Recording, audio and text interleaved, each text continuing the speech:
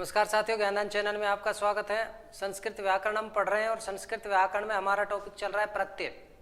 प्रत्यय की अभी तक 3 कक्षाएं हुई, जिसमें 2 कक्षाओं में हमने प्रत्यय का परिचय किया, क्लास नंबर 69 69 और क्लास नंबर 70। क्लास नंबर 71 में हमने तव्यत और अनियर प्रत्यय पढ़े। उसी कड़ी में आज हम यत प्रत्यय पढ़ेंगे। तव्यत और अनियर प्रत्यय जो हमने पढ़े थे वो होते हैं चाहिए या योग्य अर्थ में, और यत प्रत्यय भी चाहिए या योग्य अर्थ में ही होता है।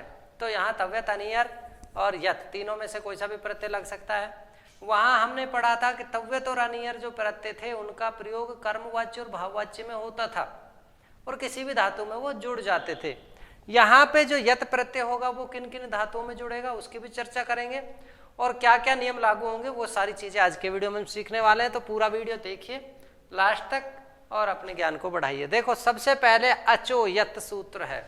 अचोयत सूत्र कहता है कि जो यत प्रत्यय है वो उन धातुओं में लगेगा जिनके आखिरी में अच हो, माने स्वर हो, यानी कि स्वर से अंत होने वाली जो धातुएं हैं उनमें यत प्रत्यय का प्रयोग होगा।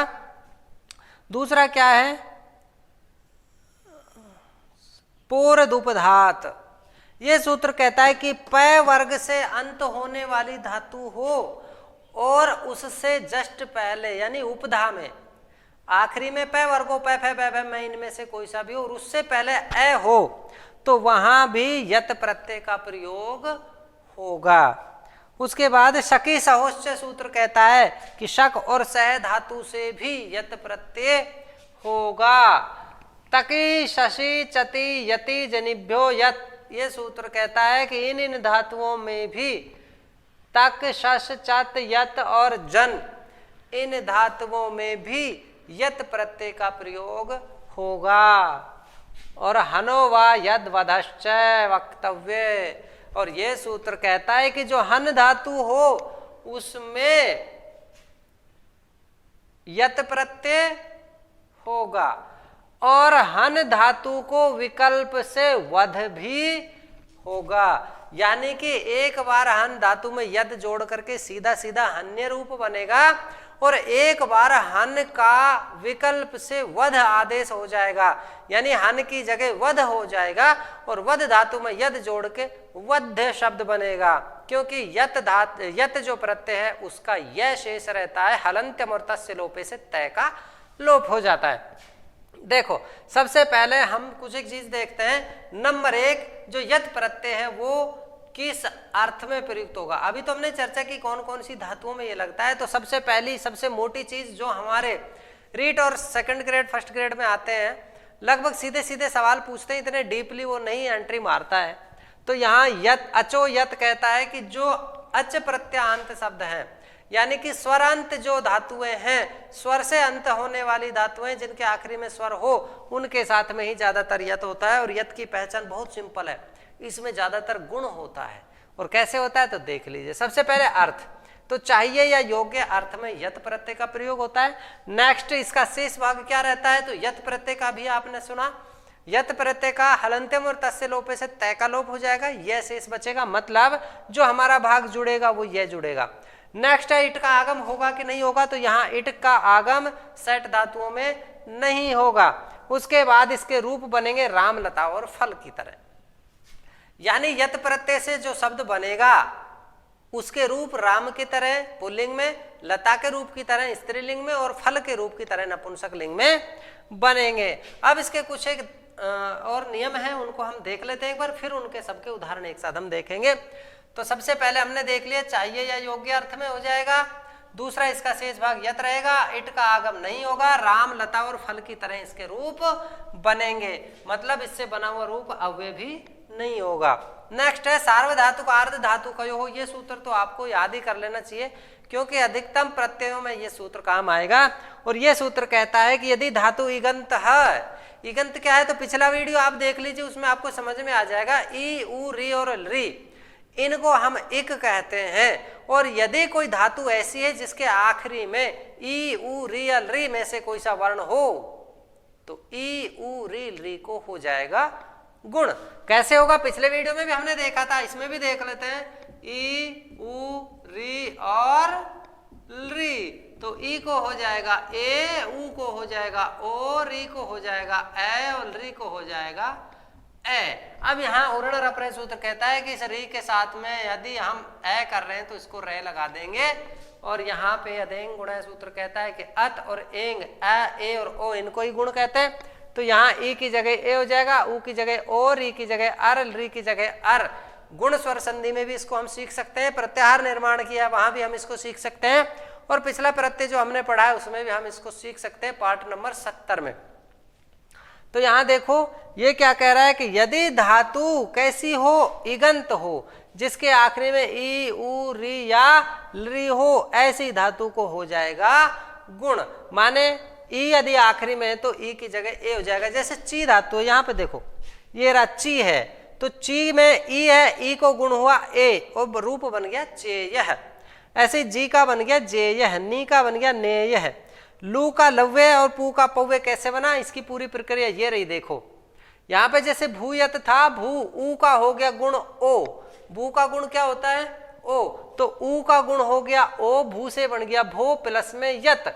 अब भो और यत मिल करके अयादि संधि होगा। अब आप कहेंगे अयादि संधि में तो स्वर होना चाहिए बाद में, लेकिन यहाँ पे अयादि संधि में एक सूत्र आता है हमारा वांतो यी, और ये सूत्र क्या कहता है, वांतो यी बहुत इंपॉर्टेंट सूत्र है। वांतो यी सूत्र कहता है कि यदि यकार आदि प्रत्यय परे हो, यकार आदि का मतलब ऐसा प्रत्यय जिसका पहला अक्षर यह हो, तो उसे कहेंगे यकारादि प्रत्यय। और वो प्रत्यय यदि पहले हो तो क्या करेंगे, इस ओ को अयादि हो जाएगा, ओ की जगह अव हो जाएगा और अव की जगह आव हो जाएगा। तो हमने यहाँ क्या किया, ऊ की जगह ओ हुआ, ओ की जगह अव हो गया, और यत का बच गया यह, क्योंकि अलंतम और तस्य लोपे से तय का हो गया लोप। तो यहाँ क्या बचा, भो का हो गया भव, और यह बच गया इधर रूप बन गया भव्य। सेम उसी तरीके से लू का बन गया लव्य, पू में यत जोड़ा तो बन गया पव्य, भी में यत जोड़ा तो यहाँ पे ई है, और ई की जगह गुण क्या होगा ए होगा, तो यहाँ भी से बन गया भेय, हु से बन गया हव्य। कैसे बना समझ में आ गया होगा। ऊ की जगह हुआ ओ की जगह हो गया अव, और अव को अंदर इसको सीधा सीधा यत जोड़ दिया, रूप बन गया हमारा हव्य। ऐसे क्षी, क्षी से बन गया क्षय। आ जाओ और उदाहरण देख लेते हैं अपन। यहाँ हमने देखे अभी यहाँ तक सार्वधातुक आर्ध धातु का जो हो इगंत को गुण हो जाएगा, और गुण हो करके उसका रूप बन जाएगा, यत जुड़ जाएगा सीधा सीधा। अभी दूसरा सूत्र हमारा ईद्यति, यानी और क्या परिवर्तन होता है। देखो यहाँ पे ईद्यति सूत्र कहता है यदि धातु आकार अंत है, क्योंकि जो यत प्रत्यय वो स्वर से अंत होने वाली सभी धातुओं में जुड़ जाता है, तो यदि कोई ऐसी धातु है जिसके आखिरी में आ हो, तो ऐसी धातुओं में आ की जगह ई हो जाएगा, और फिर ई होगा तो हमारा वही नियम लागू होगा, ई को गुण होकर के ए हो जाएगा। तो यहाँ देखो आकारांत धातु वाले में सीधा सीधा समझ लेते हैं कि आ की जगह सीधा ए हो जाएगा। देखो यहाँ पे ये रहा पा, दा प्लस यत, दा का हो गया दी, किस सूत्र से, ईद्यति सूत्र से, दा का दी हो गया दी, ये रूप बना, और फिर ये ई का गुण हो गया और दे, ये रूप हमारा यहाँ पर बन गया सार्वधातुक धातु का यह सूत्र की सहायता से। तो जैसे दा का दे हो गया, पा का पेय, ज्ञा का गेय, ध्या का ध्येय, हा का हेय, घ्रा का घ्रेय, यहाँ तक हमारा सूत्र काम कर रहा है ईद्यति। यानी ऐसी धातु जिसके आखिरी में आ हो और उसमें हमको यत प्रत्यय जोड़ना है, तो ईद्यति सूत्र की सहायता से आ की जगह हो जाएगा ई, और ई को हो जाएगा वापस गुण, और रूप हमारा लास्ट में ए की मात्रा हमको यहाँ मिल रही है। नेक्स्ट देखो किलई, तो किलई धातु यहाँ पे आदेश उपदेश अशिति सूत्र कहता है कि सिद्ध प्रत्ययों को छोड़कर, यानी ऐसा प्रत्यय जिसमें शय की इत संज्ञा हो, या ऐसी धातु जिसमें शय की इत संज्ञा हो को छोड़ करके यदि कोई दूसरा प्रत्यय है, तो उस कंडीशन में एच को क्या हो जाएगा, आ हो जाएगा। यानी जो एच है, ए आई ओ औ है, उसकी जगह पे हो जाएगा आ, और फिर आ के बाद में ईद्यति सूत्र से आ की जगह हो जाएगा ई, और सार्वधातुक सूत्र की सहायता से ई को हो जाएगा गुण।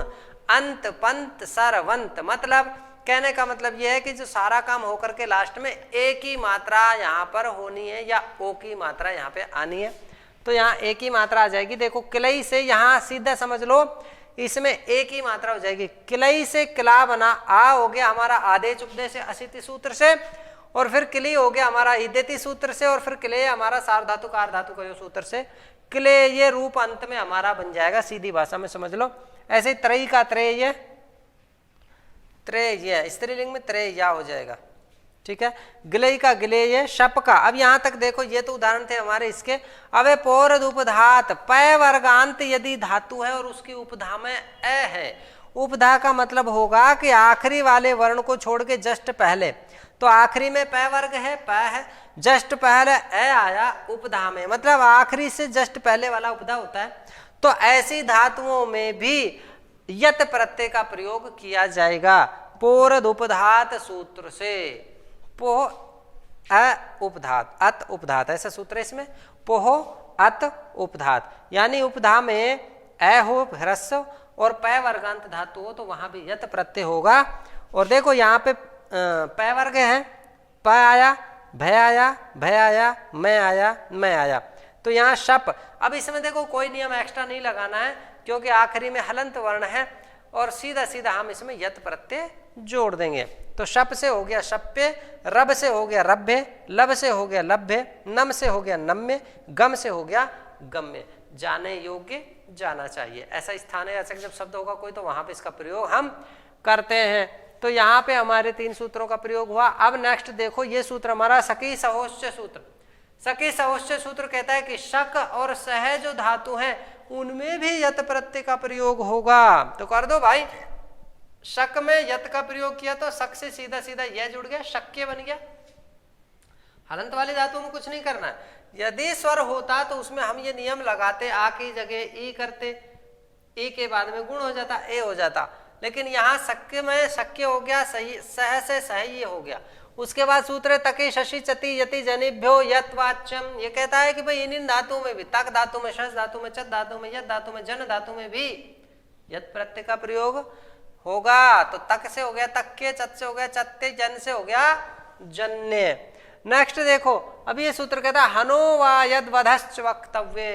ये सूत्र कहता है कि हन धातु में भी यत प्रत्यय होगा। और दूसरा काम क्या होगा, हन धातु में विकल्प से वध आदेश भी होगा, मतलब हन की जगह विकल्प से वध भी कर सकते हैं। तो हन धातु में यत प्रत्यय जोड़ने पे 2 रूप बनेंगे। हन में यदि यत जोड़ा तो सीधा सीधा तो हन्य बन जाएगा, मारने योग्य। पुल्लिंग में करेंगे तो हन्य, स्त्रीलिंग में करेंगे तो हन्या, और नपुंसक लिंग में करेंगे तो हन्यम। नेक्स्ट देखो, यहाँ हन धातु का विकल्प से वा वध, तो ये विकल्प से वध हो जाएगा। हन की जगह वध हुआ और वध धातु में यद जोड़ा, यत प्रत्यय जोड़ा तो रूप बन गया वध्ये। तो आज की क्लास में हमने यत प्रत्यय पढ़ा। यत प्रत्यय में देखो, सबसे पहले यत प्रत्यय का प्रयोग किस में होगा, चाहिए या योग्य अर्थ में। उसके बाद इसका शेष भाग यह रहेगा, इट का आगम नहीं होगा। इससे बनने वाले रूप राम, लता और फल की तरह बनेंगे। मैक्सिमम यत प्रत्यय का प्रयोग ऐसी धातुओं में होता है जिसमें आखिरी में स्वर हो। यह सूत्र कहता है कि यहाँ इगंत को गुण होगा, क्योंकि गुण और विरुद्ध का नियम भी हमारे प्रत्यय जोड़ते समय होता है। तो यहाँ पे यत प्रत्यय जोड़ते समय इगंत धातुओं को गुण होगा, यानी ऐसी धातु जिसके आखिरी में ई, उ, री, अल, री हो तो उनको गुण हो जाएगा। ईदति सूत्र से आकारांत धातु है तो उसकी जगह ई हो जाएगा और ई की जगह फिर से गुण हो जाएगा। आदेश उपदेश ऐसिति सूत्र कहता है कि एच को भी आ हो जाएगा और आ के बाद फिर ई ईदति से हो जाएगा और फिर सार धातु का आर धातु का से गुण हो जाएगा। कुल मिला के बात यह है कि यदि किसी भी धातु में जिसमें आखिरी का वर्ण स्वर हो तो वहां उसकी जगह स्वर जो भी हो कोई लेना देना नहीं है, उसकी जगह ए हो जाएगा या फिर ओ हो जाएगा, यानी गुण हो जाएगा। तो सीधा हम समझ सकते हैं कि जहां भी उदाहरण में हमको ए की मात्रा दिखे या फिर वे दिखे, तो मैक्सिमम, सभी जगह की नहीं कहता हूं मैं, मैक्सिमम जब आप फंस जाए, बिल्कुल भी आपको समझ में नहीं आए कि क्या करें, तो वहां पे आप यत प्रत्यय कर सकते हैं। देखो हम सारे उदाहरण देख रहे हैं यहाँ पे, पे ये, गे ये, धे ये, हे ये, ग्रे ये, किला से, किले ये, त्रे ये, गिले ये, शप्पे, रब्बे, लब्बे, नम्मे, गम्मे, वद्दे, हन्ने, किले, चत्ते, चत्ते, सही है, सक्के। यानी कि यहाँ पे आधे वर्ण के बाद में हमारे पास में ये आ रहा है। दूसरी बात, हमारे पास ज्यादातर में एक ही मात्रा आ रही है, तो एक ही मात्रा जहां ज्यादातर आती है उसके बाद यह है, तो समझ लो मैक्सिमम वहां पे यथ प्रत्यय का प्रयोग संभव है। तो आज की कक्षा में इतना ही। नेक्स्ट क्लास में फिर एक नए वीडियो के साथ हाजिर होंगे, एक नए प्रत्यय के टॉपिक के साथ। तब तक के लिए आप पढ़ते रहिए, अपने ज्ञान को बढ़ाते रहिए। वीडियो को शेयर कर दीजिए, लाइक कर दीजिए, बहुत मेहनत लगती है नहीं, और चैनल तो सब्सक्राइब आपने कर ही रखा होगा, नहीं किया तो उसको भी कर लीजिए, अपने दोस्तों को शेयर कीजिए ताकि उनको भी इसका लाभ मिल सके। पूरा वीडियो देखने के लिए आपका